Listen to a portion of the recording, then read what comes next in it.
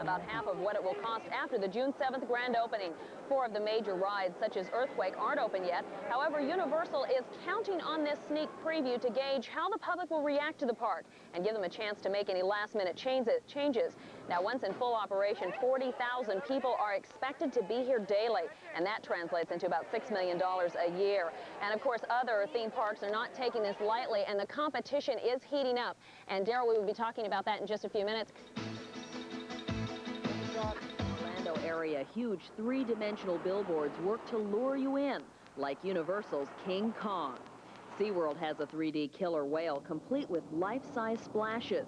These $25,000 billboards like Jaws are all anxious to get your attention and invite you inside.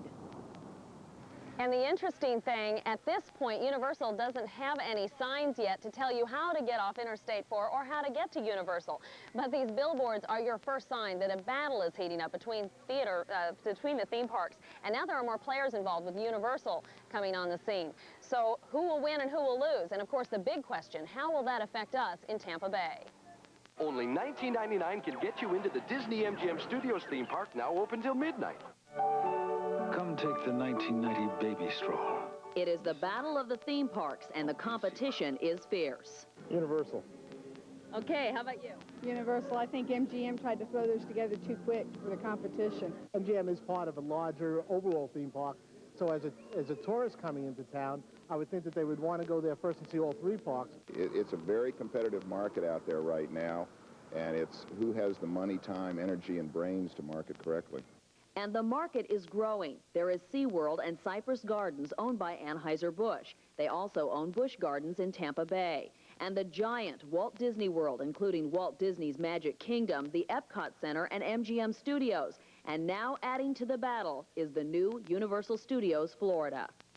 And there have been casualties. Boardwalk and Baseball has struck out. These gates closed early this year because the park just wasn't making money. And now some analysts are predicting that Cypress Gardens could be the next victim. But owners say, no way. Cypress Gardens is on solid ground. Cypress Gardens will not be the next one. Cypress Gardens has a place, it has a market. Chuck Ross is a local tourism consultant. He has studied the Orlando market for 11 years and says the key for all the parks will be the length of time that people stay in Orlando on their vacation. And the longer that people stay in Orlando, the more opportunity they have to go to all of the attractions that are there. If the length of stay does not increase for some reason, then the people will be forced into making a choice. And if people stay in Orlando longer, they may not even have time left over to travel to Tampa Bay. We don't time. We wish we did, but by the time we waste our week here, we're gone, we're home. The losers potentially are the coastal areas of Florida or other tourist destination parts of Florida. What we have to do on the West Coast is a better job, a smarter job of marketing to get those visitors out of Orlando and over to the West Coast. But the big battle would seem to be Universal versus Disney. Universal will take on one part of the Disney empire, Disney MGM Studios. This is how the two stack up. Universal has more acreage, more rides, and more shows, and excluding special promotions, their average ticket prices are lower.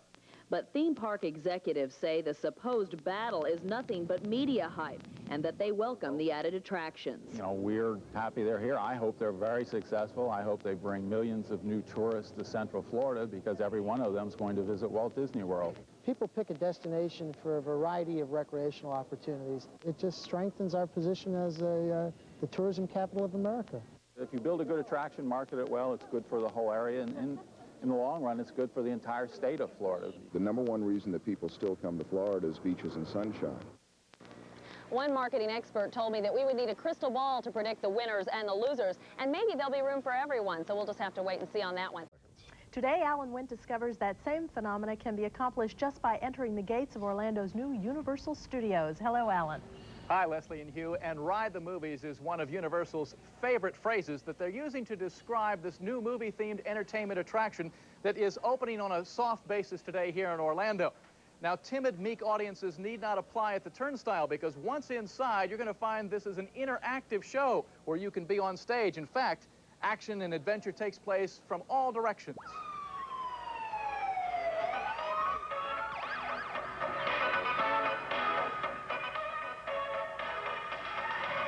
There is a lot of spirit at the opening of a new theme park, and the Ghostbusters are out to capture it.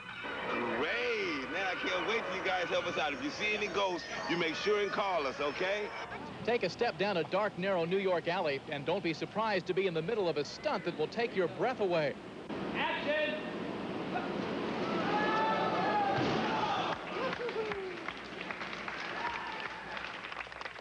And you'll be falling for this gal, Mae West.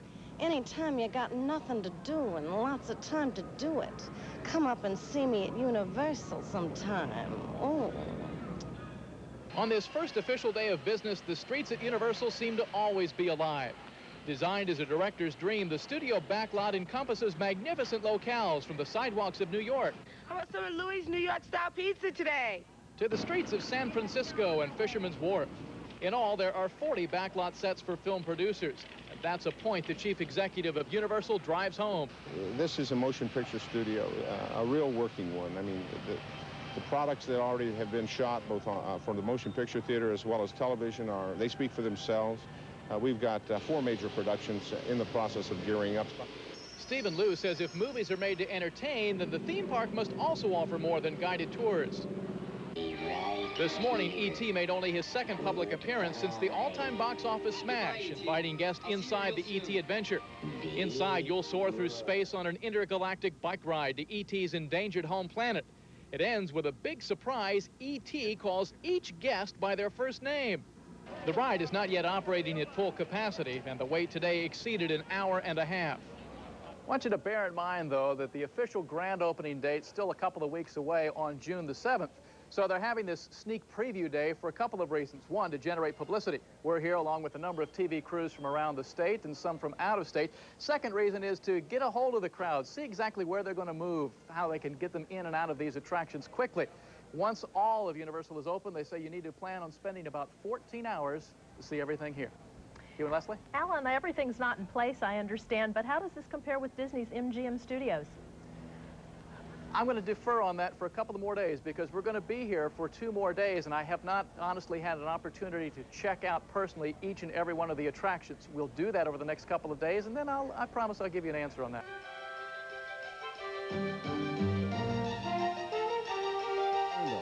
The area became home to Disney's MGM Studios last year, and in just a few weeks, it'll officially welcome the new Universal Studios theme park.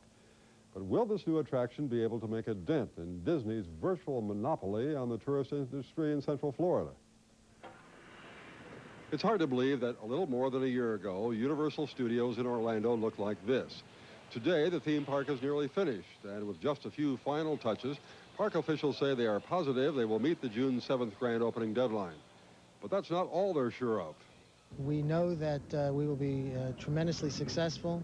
We have exceeded our wildest expectations in terms of advanced ticket sales.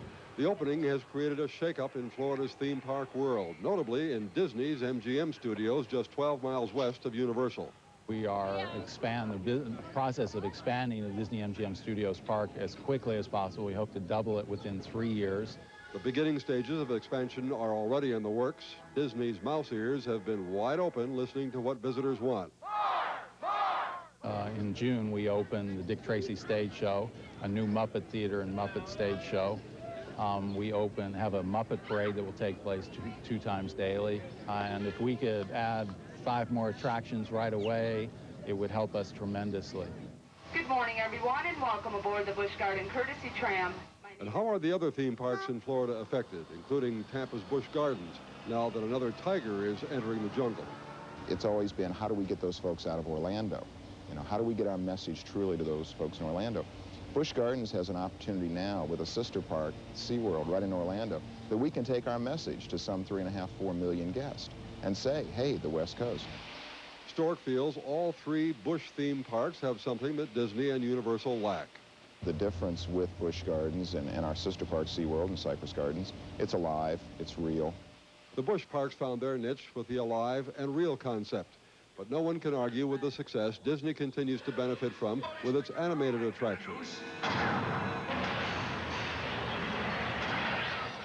The interest in the Magic Kingdom and Epcot Center remain very strong, probably stronger than ever.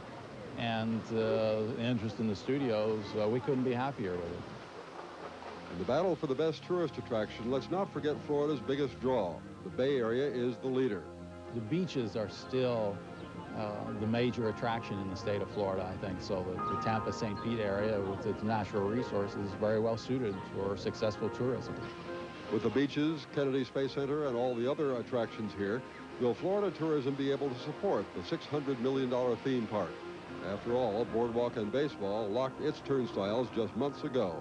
I definitely believe there's room for another major player in the marketplace. I think that people select a destination for a vacation based on the multitude of recreational opportunities. Well, I hope they attract millions of new tourists to Central Florida because every one of them is going to visit the 3 Disney theme parks. So that'll be fantastic. Now, there are charges that Disney stole Universal's idea for a studio theme park in Orlando. Whether or not that is true, it is clear that theme parks are more than a family getaway, and fictitious characters can just as well be marketing tools as lovable creatures. Tomorrow, we will look at how Universal will affect the city of Orlando. Will it create a stronger tax base or just more headaches for the people who already live there? Putting on makeup can be a frightening experience, as visitors to Florida's newest theme park are discovering. This is Alan Wendt to look at one of Universal's new attractions next. Hugh and Leslie, one of the things you're going to be pleased with on your visit to Universal Studios Florida in Orlando is that they don't like to keep secrets from people on how they make movies. Unlike other theme parks that may want to hide a little of the special effects, here they want you to see exactly what goes into the production of a movie.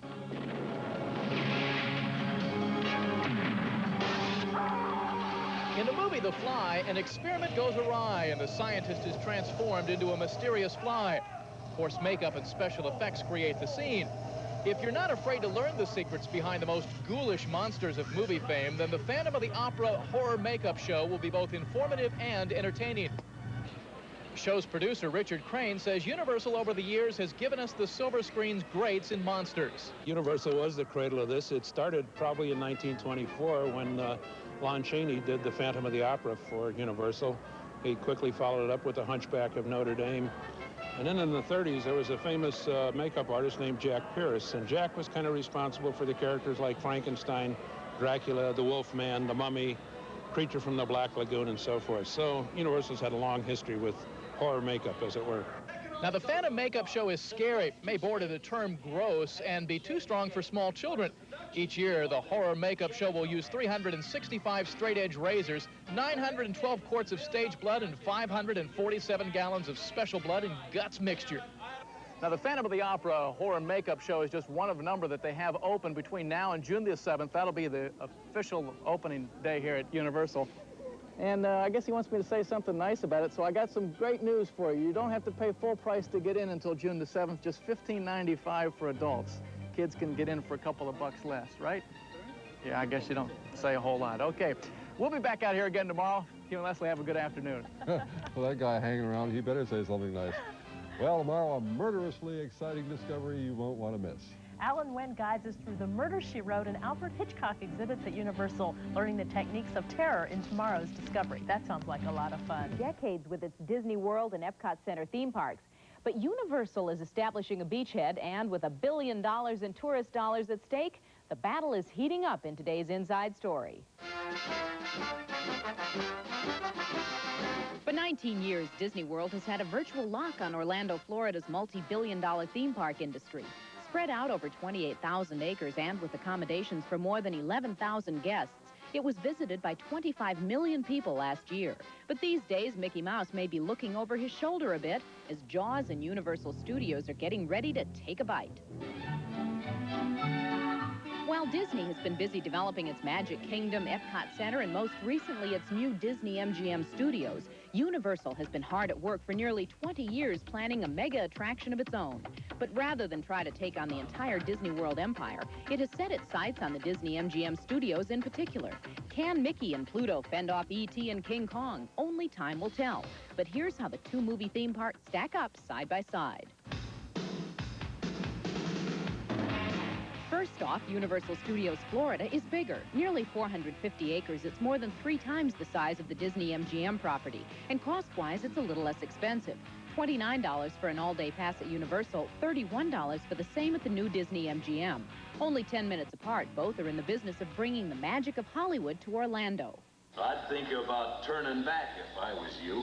Disney offers the Great Movie Ride, the Backstage Studio Tour, and the Indiana Jones Stunt Spectacular. Universal has countered with action rides based on such films as King Kong, Jaws, and Earthquake. In the battle for big-name directors, Disney brought in George Lucas to help create its most popular attraction, Star Tours. It's about time for you to be on the set.